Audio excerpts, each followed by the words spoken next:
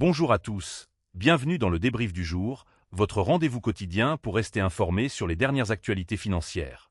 Aujourd'hui, nous allons explorer 3 sujets qui ont retenu notre attention et qui pourraient avoir un impact significatif sur vos finances personnelles et sur le monde de la finance en général. Nous allons commencer par examiner les taux d'intérêt actuels sur les livrets d'épargne, qui connaissent une petite embellie ces derniers temps. En effet, les banques proposent désormais des taux d'intérêt attractifs sur les livrets d'épargne, pouvant aller jusqu'à 4,10% d'APY, afin d'inciter les particuliers à épargner. C'est une opportunité intéressante pour ceux qui cherchent à placer leur argent de manière sécurisée et à générer des intérêts réguliers. Les banques espèrent ainsi attirer de nouveaux clients et fidéliser les existants, en leur offrant des conditions plus avantageuses. Il est important de noter que ces taux d'intérêt peuvent varier en fonction de la banque et des conditions spécifiques du livret d'épargne. Il est donc essentiel de comparer les offres et de choisir celle qui convient le mieux à vos besoins et à vos objectifs financiers. En poursuivant notre exploration de l'actualité financière, nous nous tournons maintenant vers le monde de la finance décentralisée, où Robinhood tente de recruter 10 millions de nouveaux utilisateurs. Cette entreprise, connue pour sa plateforme de trading en ligne, mise sur la finance décentralisée pour attirer de nouveaux clients et proposer des services innovants.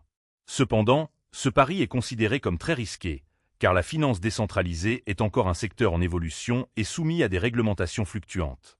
Robinhood doit naviguer dans ce paysage complexe pour convaincre les utilisateurs de rejoindre sa plateforme et de profiter des avantages de la finance décentralisée.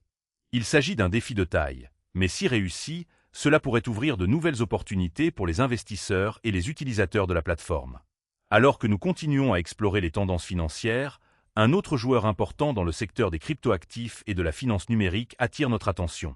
L'entreprise japonaise SBI Group est en train de construire un empire numérique de cryptoactifs à travers les frontières asiatiques.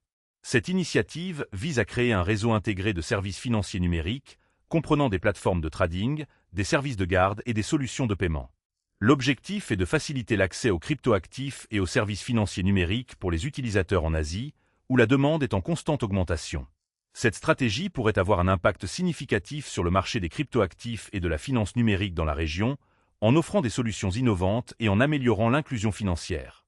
Enfin, pour conclure ce débrief, nous avons vu aujourd'hui que les banques proposent des taux d'intérêt attractifs sur les livrets d'épargne, que Robinhood tente de recruter de nouveaux utilisateurs pour la finance décentralisée et que SBI Group construit un empire numérique de cryptoactifs en Asie.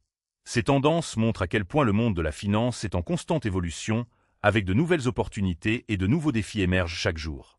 Pour rester informé et à jour sur ces développements, n'hésitez pas à vous abonner à notre chaîne et à rejoindre notre communauté.